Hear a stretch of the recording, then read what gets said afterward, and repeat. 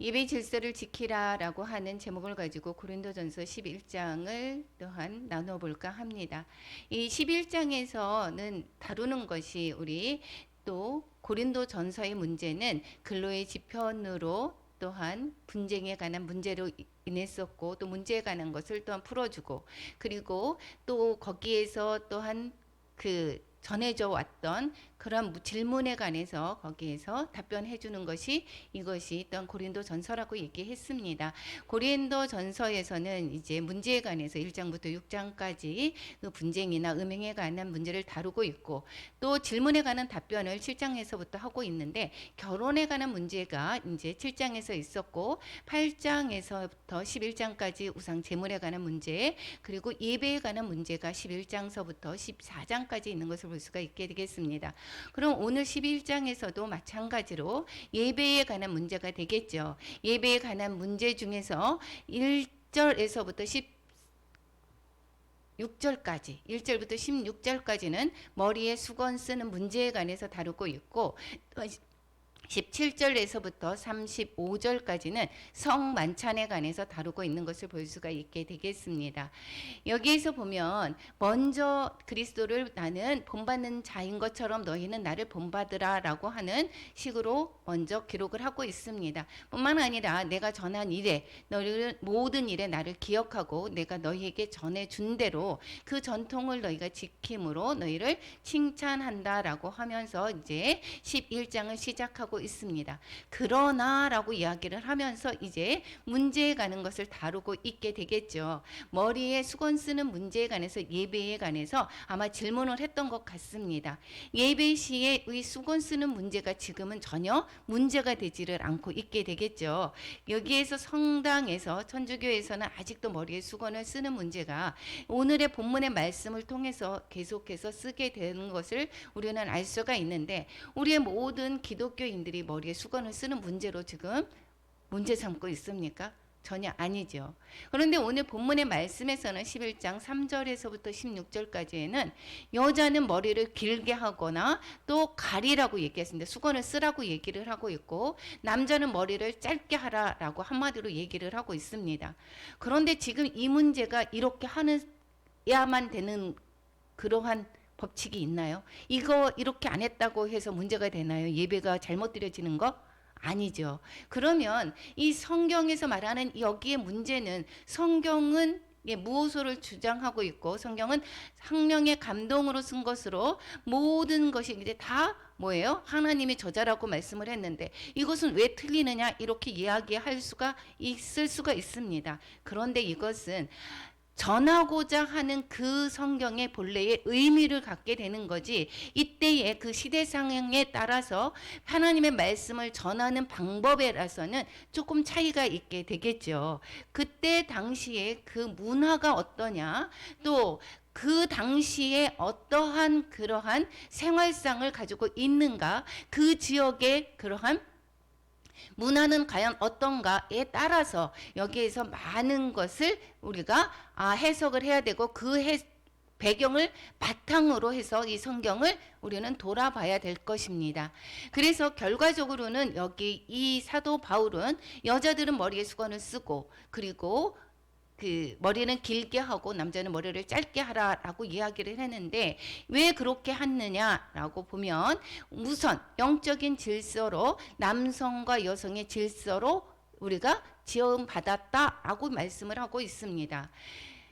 여기에서 이 3절에서 보면 남자의 머리가 그리스도고 여자의 머리는 남자고 그리스도의 머리는 하나님이시라 라고 이야기를 하고 있습니다.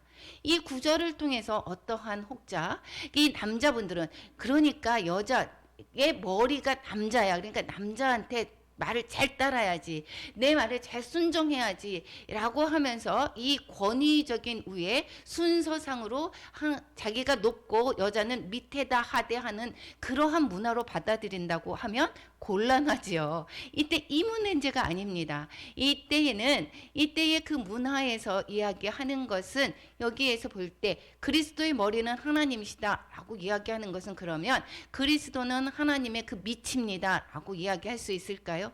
성부, 성자, 성령의 하나님은 하나이시죠. 뭐가 다른 것입니까? 역할의 차이가 있다라는 것입니다. 여기에 차별이 아닌 남자가 우월한 거고 여자는 하등하다라고 하는 그러한 차별이 아닌 차이가 있는 것이고 역할의 차이가 있다라는 것을 말씀하고 있습니다. 남자와 여자를 또한 구분 지어주고 남자가 여자의 머리가 되면서 이렇게 부부가 하나로 만드는 것은 이 영적인 원리, 즉 주님과 우리의 관계를 설명하기 위해서 이 창조 질서를 그렇게 하나님께서는 만들어 놓으셨습니다. 그래서 영적 질서로 보는 남성과 여성의 질서가 있기 때문에 그렇기 때문에 머리를 기르라라고 이야기하거나 머리에 뭐를 써야 된다라고 이야기를 하고 있는데 그 당시에 한번 문화를 보겠습니다. 4절에서 보면 뭐라고 얘기하냐면 남자로서 머리에 무엇을 쓰거나 그러니까 여자는 뭘 써야 되지만 남자는 거기에 머리를 쓰면 안 된다. 그리고 기도나 예언을 하는 자 여기에서 기도나 예언을 하는 것은 지금으로 말하면 설교를 하는 자는 이렇게 말씀을 그렇게 해석을 하면 되겠습니다. 하는 자는 그 머리를 욕되게 하는 것이다. 무엇을 쓰고 하거나 그러는 것은 욕되게 하는 것이다 라고 말을 하고 있습니다. 왜 그렇습니까? 남자의 머리는 여기에는 뭐라 그랬습니까? 남자의 머리는 그리스도기 때문에 그리스도를 가리는 것은 이것은 머리를 욕되게 하는 것이다라고 말씀을 하고 있습니다. 그 당시의 문화를 보면 동성연애자임을 나타내기 위해서 남자들은 긴 머리를 하고 있습니다. 여기에서 남자가 여자 역할을 하는 사람들은 어떨까요? 남자가 머리를 길게 됩니다. 그리고 또 이교도 의식에 참여할 때는 거기에 머리를 를 쓴다고 이야기를 합니다. 그렇게 볼 때 여기에서 예배 중에 남자가 여기에서 머리를 길게 하거나 그리고 또 머리에 여기 뭐를 덮었을 때 이 예배에 참여했습니다. 다른 사람이 보기에는 어떨까요?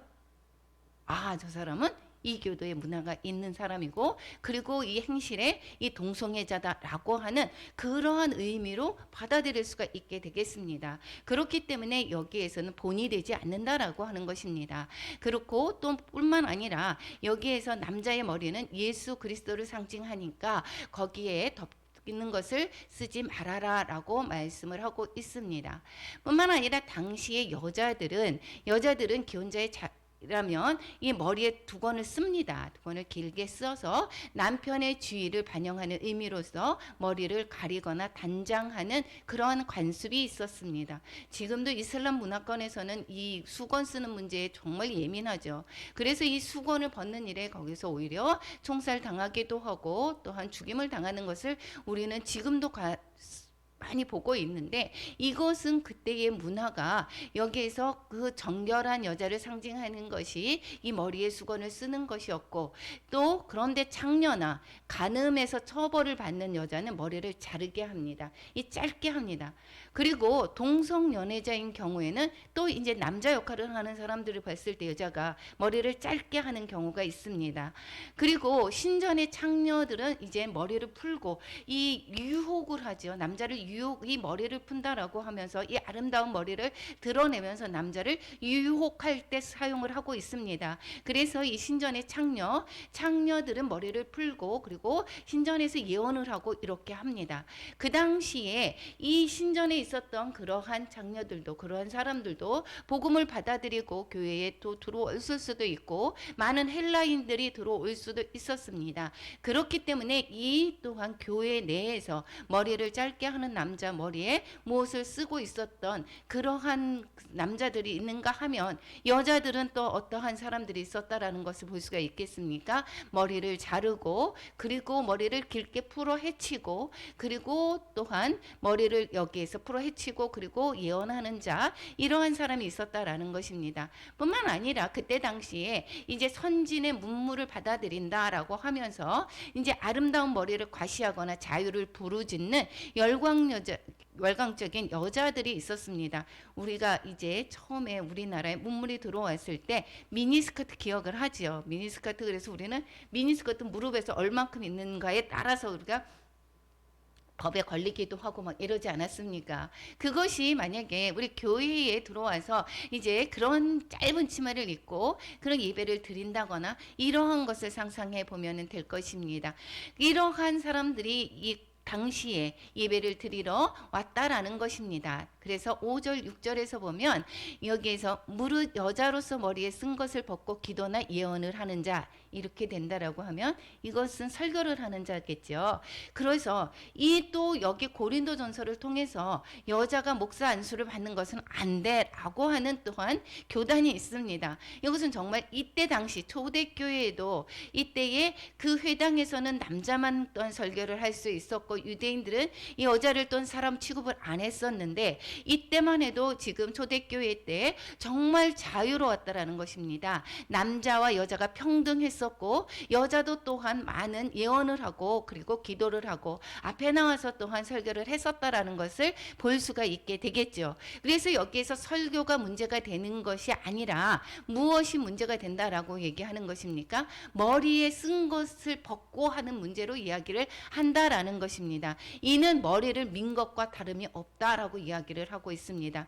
이것은 머리를 욕되게 하는 것이니까, 그러니까 이것은 여기에서 머리를 오히려 그러려면 깍지 그러느냐라고 하는 반어법으로 얘기를 하는 것입니다. 6절은 그렇기 때문에 기도나 예언을 하는 자, 그런 자들은 더더욱이, 이 성도로서 참여하는 자도 더더욱이 그 문화, 예배의 질서를 위해서 이 다른 사람이 보기에 적절한 언행을 해야 될 텐데, 이 행실과 또한 내 그 복장이나 이런 것들을 주의 깊게 해야 될 텐데, 여기서 앞에 나와서 하물며 하는 자가 이렇게 하는 것은 많은 사람들에게 본이 되지 않는다라는 것을 말씀하고 있습니다.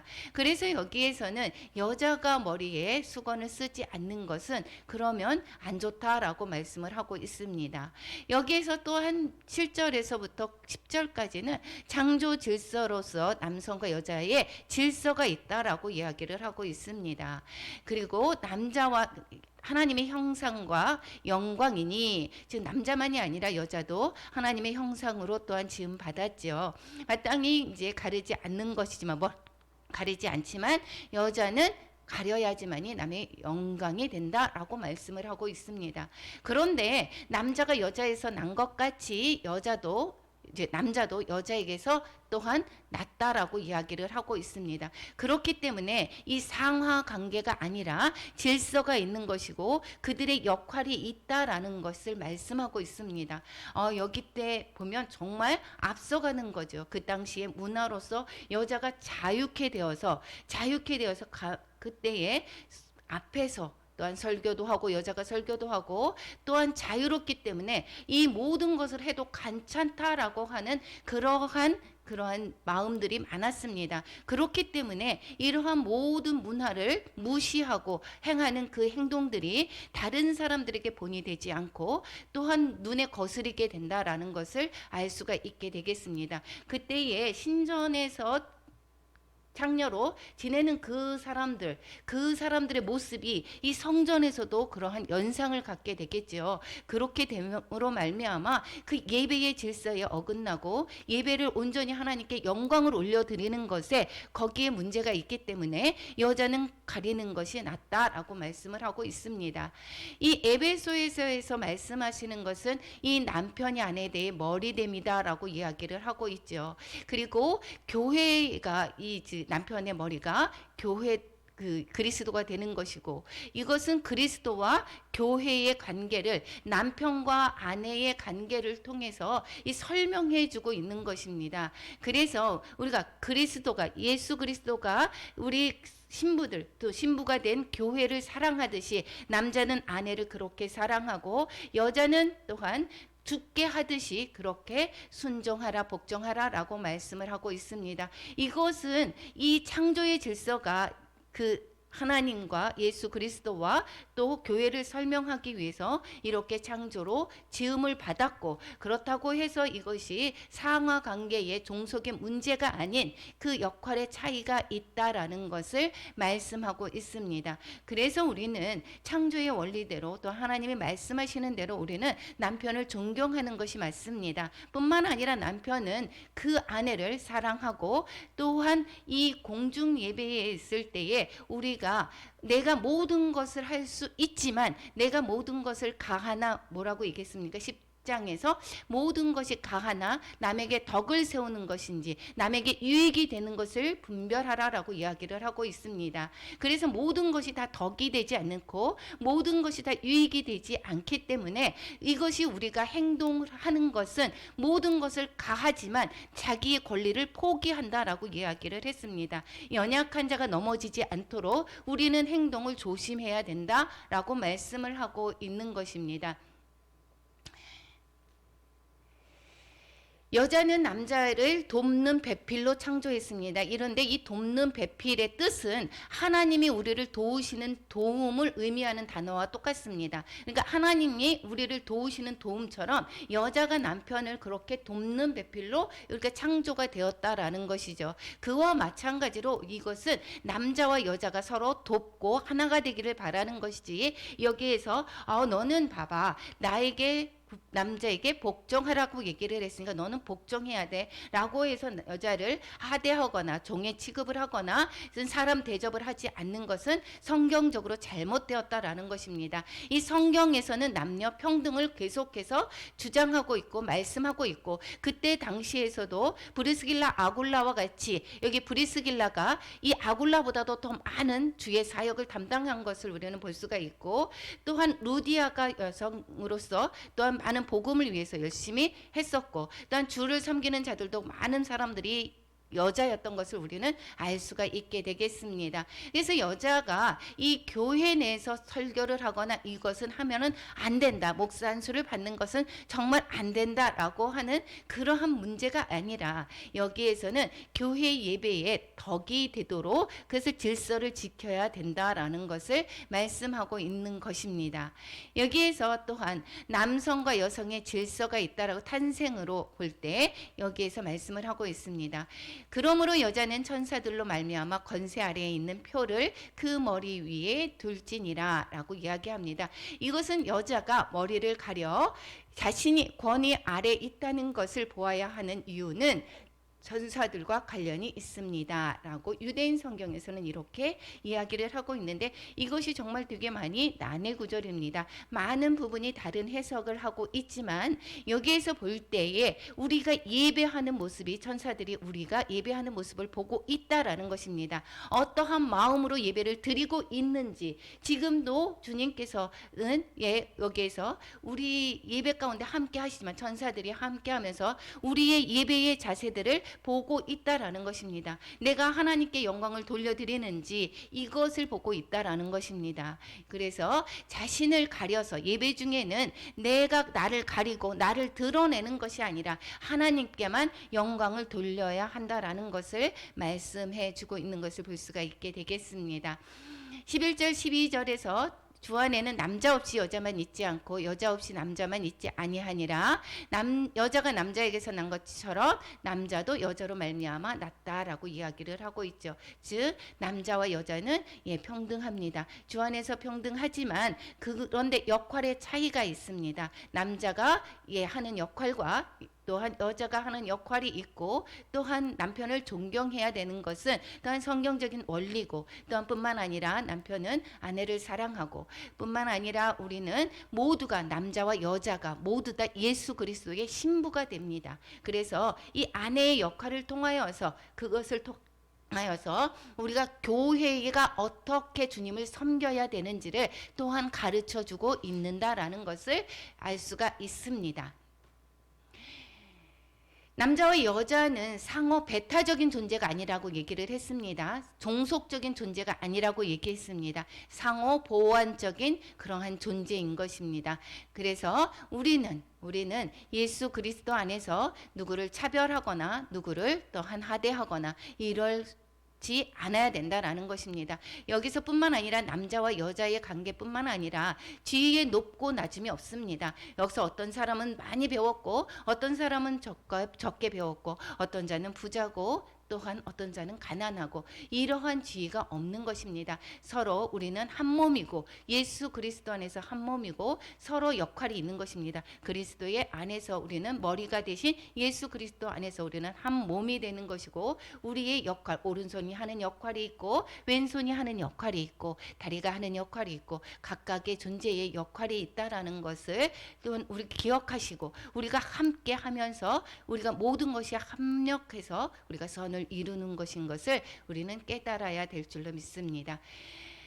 또한 본성에 의한 질서로 13절에서부터 15절까지 말씀을 하고 있습니다. 여기에서 말씀하는 것은 오랫동안에 형성된 관례로 긴 습관이라는 것입니다.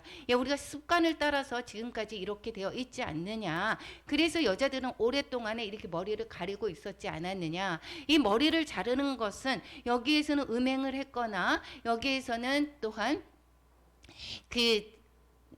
동성연애자거나 이러한 것을 가르치지 않겠느냐.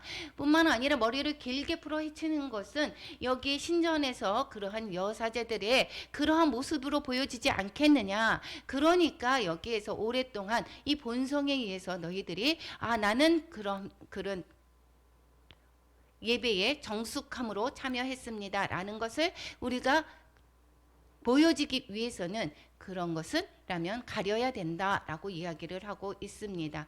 그리고 또한 긴 머리가 우리가 있으면은 자기에게 영광이 된다라고 이야기하는 것은 그때의 문화 속에서 그것이 그렇게 가르쳐주고 있지 않겠느냐라고 말씀을 하고 있습니다. 그러면서 하나님의 교회는 일치해야 된다라고 이야기를 하고 있죠. 논쟁하는 생격을 그런데 여기에 반론을 하는 사람이 있습니다. 예수 그리스도 안에서 모든 사람이 평등하고 자유하게 되었는데 이렇게 구태여 이렇게 매어야 되겠습니까? 라고 하는 그러한 반론을 논쟁하려는 사람의 생각이 있겠죠. 그러한 사람이 있다라고 이야기를 하고 있습니다. 그러한 사람이 있을지라도 그것은 하나님의 모든 교회가 너희들뿐만 아니라 모든 관례로 그러한 관례는 없다. 이렇게 모두 하고 있다라고 이야기를 하고 있습니다. 그 논쟁을 하려는 그 들을 뭐라고 이야기하느냐면 18절에서는 지혜 있는 자로 줄로 생각하거나 또한 무엇을 아는 줄로 생각하는 자들을 일컫는다라고 이야기를 하고 있습니다. 그렇지만 그들은 아무것도 모르는 것이다 라고 이야기를 하고 있죠. 그러면 머리에 수건 쓰는 문제의 핵심이 과연 무엇인가? 지금도 머리에 수건을 써야 되는가? 또 지금도 여자는 머리를 길어야 되는 것인가? 그게 아니라 무엇을 가르쳐주고 있는 것입니까? 머리에 무엇을 써야 하는 문제가 아니라 하나님의 영광을 위해서 교회의 교훈과 권위에 순종하느냐의 여부에 있는 것입니다. 우리가 지금으로 한번 살펴보겠습니다. 여기에 강대상에서 추리닝을 입고 여기 설교를 하고 있습니다. 그러면 본이 되겠습니까? 되지 않게 되겠죠. 이거 지금 마찬가지로 짧은 치마를 입고 여기에서 이 설교를 한다라고 생각을 했을 때 자유로운데 내가 무슨 상관이 있겠습니까? 라고 할 수 있습니다. 그렇지만 이것이 본이 되지 않는다라는 것을 말씀하고 있습니다. 지금도 마찬가지입니다. 이렇게 성도들이 예배를 드릴 때 하나님의 영광을 가린다라고 하는 거, 내가 내 자유대로 행할 수는 있지만 우리는 어떤 것에 제약을 받아야 된다라고 계속해서 말씀하고 있습니까?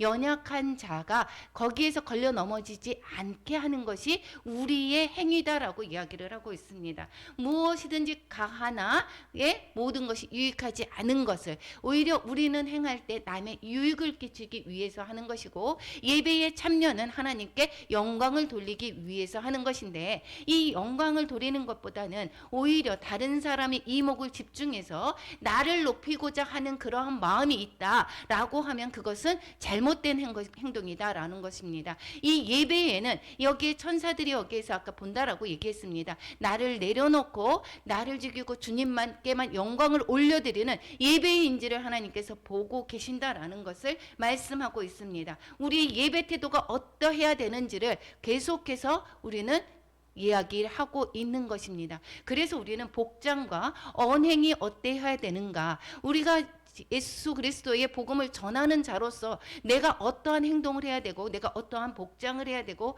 이것이 내가 마음대로 입을 수도 있고 내가 마음대로 행할 수 있습니다. 그렇지만 그것은 하나님의 영광을 만약에 가리게 된다라고 하면 그것은 내 행동이 죄가 된다라고 말씀을 하고 있습니다. 그래서 여기에서 수건 쓰는 그 문제는 그때 당시에 문화로 봤을 때에 정숙한 여자 하나님께 영광 돌리는 그러한 모습이었지만 지금에서는 그것으로 내가 머리를 잘랐다 이렇게 해서 영광을 가리는 것이나 이러한 것이 아니 되는 그러한 시대에 살고 있기 때문에 이 문제에 관해서 그 겉에의 표면적인 그러한 문제에 관해서는 우리가 이것을 지키지 않는 것입니다. 그렇다라고 해서 성경이 잘못됐다라고 하는 것이 아니라 성경이 주는 그 본래의 의미를 우리는 알아야 된다라는 것을 말씀하고 있습니다. 그리고 성찬에 관해서 17절에서부터 35절까지의 말씀하고 있습니다. 이때의 성찬은 지금의 같이 떡과 포도주를 먹는 거지만 여기에서 그때처럼 지금의처럼 이렇게 작은 그러한 빵 조각과 그리고 또한 포도주를 마시는 것이 아니라 여기에는 거의 식사 같은 그러한 만찬을 나누고 있습니다. 그런데 이 만찬에서 그때 문제가 생겼다라고 이야기를 하고 있습니다. 여기서 17절에서 보면 이 일에 관해서 칭찬하지 않겠다라고 이야기를 사도 바울이 말씀하고 있습니다. 아까 11장 처음에서는 여기가 내가 가르쳐준 행실로 인해서 그것을 지키려고 하는 너희를 칭찬한다라고 시작을 했지만 17절에서 보면 이 성만찬에 관해서 내가 칭찬하고 싶지 않다라고 말씀을 하고 있습니다. 그것은 왜 그러느냐? 이 또한 성만찬으로 인해서 분쟁이 있었고 또한 파당이 지었게 됐다라는 것을 말씀하고 있습니다. 여기에서 왜 그렇게 파당이 생겼고 왜 그렇게 분쟁이 있는가라고 보면 이 뒤에서 보면 1절에서 보면 여기에서 만찬을 할 때 그때 당시에 자기의 먹을 것을 가지고 옵니다. 여기에서 만찬에서 우리 점심 애찬을 할 때도 우리가 각자 가지고 오죠. 그런데 내가 맛있는 것이 있다. 그리고 나는 먼저 왔기 때문에 이 만찬을 더 즐겨야 되겠다라고 해서 먼저 온 사람들이 먼저 자기의 만찬을 갖다가 먹습니다. 갖다가 먹고 있고 그러고 나서는 또 내가 포도주도 잔뜩 먹습니다. 그러니까 내가 양껏 그릇 배가 고픈 것도 아니고 거기에서 먼저 온 사람들이 양껏 먹다가 보면 포도주에 취하는 자가 있기도 하고 그리고 뒤에 오는 사람들은 먹을 것이 없어서 먹을 것이 일하고 와서 뒤늦게 참여하는 자는 먹을 게 없어서 시장하고 이러한 일들이 있었다라는 것입니다. 그런데 너희가 그렇게 하는 것은 너희가 집이 없느냐 하나님의 교회를 업신여기고 빈궁한 자들을 부끄럽게 하는 것이다 라고 말씀을 하고 있죠. 그래서 이것으로 너희들 칭찬하지 않겠다라고 말씀을 하고 있습니다. 성만찬을 할 때 이때에 자신들이 가지고 온 그 떡을 먼저 가는 사람들은 이것을 여기에서 떡을 뗍니다. 지금처럼 이렇게 나누어진 것이 아니라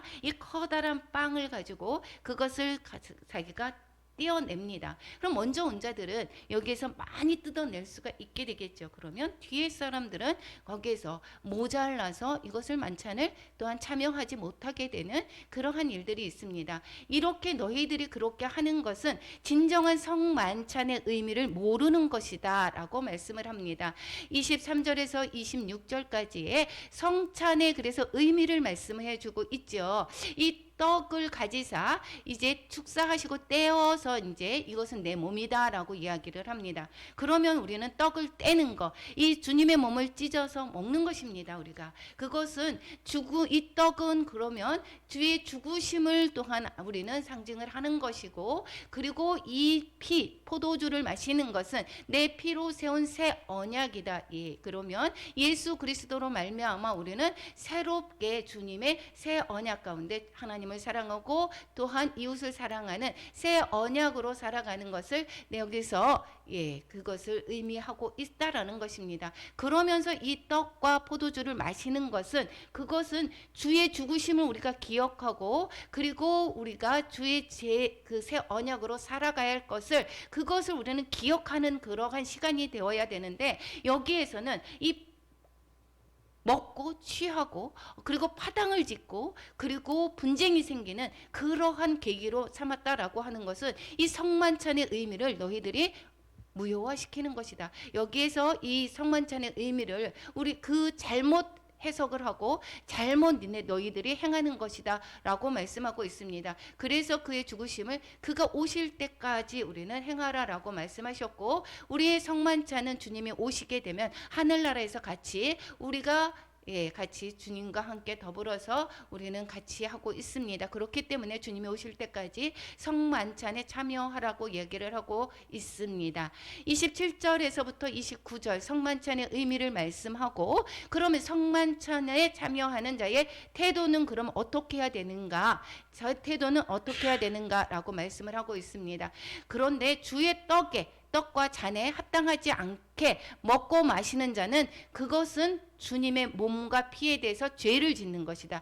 즉 그들이 먼저 와서 주의 만찬의 의미를 생각하지 않고 저희들이 그냥 와서 끼리끼리 와서 파당을 지어가면서 떡을 먹고 또한 포도주를 마시는 그 행위는 정말 죄를 짓는 것이다 라고 말씀을 하고 있는 것입니다. 28절에서 그래서 뭐라고 이야기합니까? 자기를 살펴야 된다라고 이야기를 합니다. 내가 정말 이 성만찬에 참여할 수 있는 그러한 마음을 가지고 참여하는 것인가? 그리고 그 후에야 이제 내 마음이 만찬에 참여할 수 있는 그 마음이 되었을 때 떡을 먹고 이 잔을 마셔야 된다라고 말씀을 하고 있습니다. 그래서 우리가 이 성만찬을 할 때, 우리가 성찬식을 할 때 여기서 세례받지 아니한 자, 내가 회개로 나아가지 아니한 자는 이 성만찬에 한다라고 하는 것은 결론은 주의 몸과 피에 대해서 죄를 짓게 되는 것이기 때문에 우리는 성만찬을 하기 때문에 먼저 자신을 돌아보아야 될 것입니다. 그래서 자기를 살필 때 내가 회개가 있는 사람 미리 회개하며 나아가고 주의 만찬을 대할 때 나는 온전한 마음으로 주님의 만찬을 대하고 있는지 우선은 먼저 살펴야 될 것입니다. 주의 몸을 분별하지 못하고 먹고 마시는 자는 자기의 죄를 먹고 마시는 것이다 라고 말씀을 하고 있습니다. 그래서 이 합당하지 않은 태도는, 즉 이 성만찬에 합당하지 않은 태도, 이것은 십자가의 속죄 죽음과 재림의 주님을 기억하지 않고 형제에 대해서도 마음을 두지 않고 자기 중심적인 그러한 성만찬에 참여하는 태도라는 것입니다. 이게 우리가 그때 당시에 성만찬에 참여했던 사람들은 여기 와서 거기에서 그냥 완전히 회식을 하는 것처럼 완전히 빵을 많이 띄어서 앞에서 옛 사람 형제를 생각하지 않고, 그리고 이 만찬의 의미도 생각하지 않고 거기서 완전히 식사하는 것처럼 그렇게 하는 것이 정말 죄를 짓는 것이다. 이건 잘못된 성만찬에 참여하는 것이다. 합당하지 않은 태도다라고 말씀을 하고 있습니다. 그래서 우리는 성만찬에 대하기 전에 스스로 죄를 회개하고 주님의 구원을 믿고 주님을 간절히 생각하고 그리고 그 재림을 기다리는 그 마음 없이 참여하는 것은 잘못되었다. 몸과 피에 대해서 죄를 짓는 것이 되는 것이다 라는 것을 기억하시기 바랍니다. 그래서 우리는 결론적인 교훈 30절에서 34절에서 말씀하고 있습니다. 성만찬에 합당하게 참여하지 않은 결과는, 아까 성만찬에 합당하지 않은 그러한 자는 자기의 죄를 먹고 마시는 거라고 말씀하지 않았습니까? 그 결과가 그러면 죄의 대가로 또한 우리는 심판을 받게 되는 것입니다. 그러므로 너희 중에 약한 자와 병든 자가 많고 잠자는 자도 적지 아니하니, 만찬에 합당하게 참여하지 않은 결과 그 너희 중에 약한 자가 생겼고 병든 자도 많아졌고 잠자는 자, 이것은 약한 자가 병이 되었고 병이 되어서 죽게 되는 그러한 점진적인 그러한 결과를 낳는 것을 볼 수가 있게 되겠습니다. 그러니까 우리는 성만찬이 이것이 아무것도 아니야 라고 하는 그런 가볍게 참여하는 것은 정말 큰 우를 범하는 것을 우리는 알 수가 있게 되겠습니다. 성만찬에 내가 합당하게 참여하고 있는지, 나는 죄를 고백하고 주님의 몸과 피에 나는 합당하게 참여하고 있는지, 주님의 죽으심을 내가 기억하며 이것에 그것에 대해서 이제는 내가 주님과 함께 죽고 이제는 주님으로 다시 사는 그러한 새 언약의 사람으로 살기를 바라며 주님의 다시 오심을 기다리는 마음으로 내가 참여하고 있는지를 다시금 돌아보아야 될 것입니다. 그렇지 않은 결과, 그렇게 성만찬에 합당하지 않게 참여하는 결과는 그러한 심판을 받게 된다라고 말씀하고 있습니다. 그런데 이 심판은 멸하기 위해서 심판을 받는 것이 아니라, 그것은 아니라 이 심판을 통해서 다시금 주께로 돌아오고 이 심판날, 영원히 하나님의 그 마지막 때에, 그 마지막 때 우리를 살리려 하기 위해서 그렇게 하신다라고 말씀을 하고 있습니다. 우리가 우리를 살폈으면 판단을 받지 아니하려니와 31절에서 말하고 있지요. 32절에 이야기합니다. 세상과 함께 정죄함을 받지 않게 하려 하기 때문에 그러한 죄 가운데, 죄의 그러한 결과로 우리가 약해지고 병든 자가 있었고, 그리고 또한 잠자는 자는 죽은 자를 말하고 있죠. 죽기도 하는 결과가 있는데, 그것은 우리가 판단받는 것은 죽게 징계를 받는 것인데, 이것은 우리가 우리 그때 그 사이로, 그것으로 인하여서 나중에 세상과 함께 정죄함을 받지 않게 하기 위한 하나님의 목표다라는 것을, 목적인 것을 우리는 깨달으시기 바랍니다. 하나님께서 심판하시는 그 모든 일들, 그 이스라엘을 징벌하시는 그 모든 포로로 끌려가고 이러한 결과는 무엇입니까? 이스라엘을 완전히 멸망해서 이제는 완전히 흩으시기 위해서 그런 것이 아니라,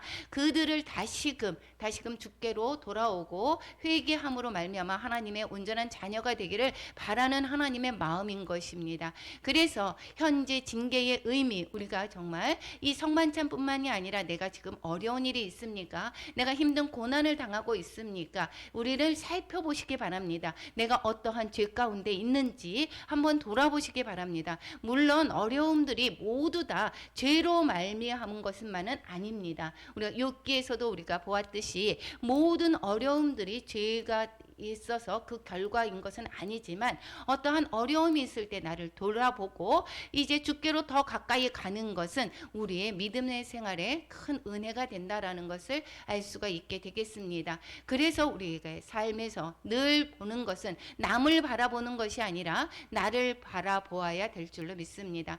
이 성만찬에 권고를 하고 있습니다. 그렇기 때문에 늦게 오는 자가 있습니다. 늦게 오는 자, 그래서 같이 먹어라. 모일 때에 서로 기다리라 라고 말씀하고 있습니다. 그 연약한 자가 올 때까지, 약한 자가 올 때까지 기다리라. 그리고 시장하거든 집에서 먹을지니, 이 시장 여기서 밥을 때우려고 하는, 너희의 그 음식을 때우려고 하는 것이 이 교회에서의 성만찬이 아니다. 여기에서는 그것은 주의 죽으심과 부활을 우리가 기억하는 것이고, 그리고 재림을 우리가 기다리는 마음을, 거기에서 우리는 마음으로 우리는 성만찬에 참여하는 것이다. 그러면서 이제 말씀을 하고 있습니다. 서로 기다려서 같이 하라. 그리고 어떤 모임에서 이 모임에 판단받는 모임이 되지 않게 그렇게 하라라고 말씀을 하고 있습니다. 그 외에 다른 그러한 문제는, 그 사소한 문제는 갈 때에 바로 잡겠다라고 말씀을 하고, 그 이후에 고린도전서 후에 사도 바울이 가기는 하죠. 그런데 문제가 여전히 바로 잡혀지지는 않았고, 또한 그 디모데를 보내기도 하고, 그리고 디도를 보내고, 그리고 디도 후에 이제 그 문제가 바로 잡혀지고 고린도 후서를 보내는 것을 우리는 성경을 통해서 알 수가 있게 되겠습니다. 여기서 오늘 말씀에서 우리가 적용할 것이 과연 무엇인가? 성만찬과 우리는 내가 또 그 수건 쓰는 문제가 나하고는 상관이 없어, 이것이 아닙니다. 성경은 남녀 평등을 말하고 있습니다. 그 역할이 다만 다를 뿐인 것입니다. 역할이 다를 뿐이고, 서로 우리는 어땠습니까? 서로 보완해서 합력해서 선을 이루어가는 그러한 자로 남자와 여자가 있어야 될 것입니다. 그리고 역할이 다른데 내가 자유자니까 내가 휘젓고 그렇게 한다라고 하는 거, 이거 잘못된 것입니다. 교회에서도 담임 목사의 그러한 질서가 있고, 부교육자가 있고, 그 다음에 또한 직분자들의 그러한 질서를 우리는 그 질서에 맞게 우리는 잘 행해야 될 것입니다. 그렇다라고 해서 목사가 더 뛰어난 것이고 내가 부교육자가 더 이렇게 순서대로 우리가 종의 개념으로 그런 것이 아니라 높고 낮음을 이야기하는 것이 아니라 이것은 교회의 질서를 말씀하는 것이고 남자와 여자와 모든 자는 다 평등한 것입니다. 그리고 우리는 직분자들은 그리고 주님의 말씀대로 섬기는 자가 되어야 될 것입니다. 그리고 모든 문제는 문자 그대로 해석하는 것이 아니라 성경의 원리를 근거해서 풀어야 될 것입니다. 그 당시에 문화를 알아야 되고 그 당시에 어떠한 환경들을 보고 그렇게 해석을 해야 되는 것입니다. 이웃에게 걸림돌 되지 않게 예배 질서를 지키자라는 것입니다. 오늘 본문의 말씀은 예배 시에 하는 그러한 내용들을 담고 있었죠.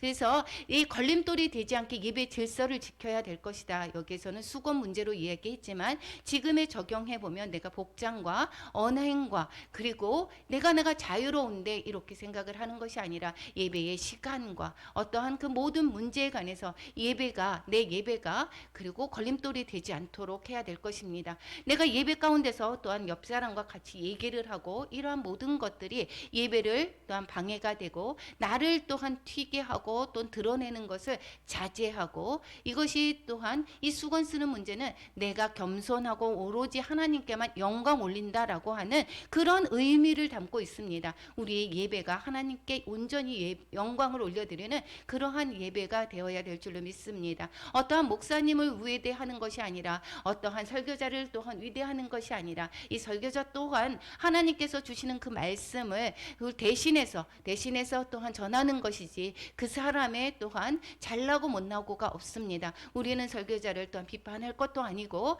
또한 그렇다라고 해서 또한 너무 또한 높이는 것도 그런 것이 맞지 않습니다. 우리는 다만 질서를 지켜나가고 공경할 자를 공경해야 되는 것이고 또한 우리가 또한 섬길 자를 섬겨야 되는 것입니다.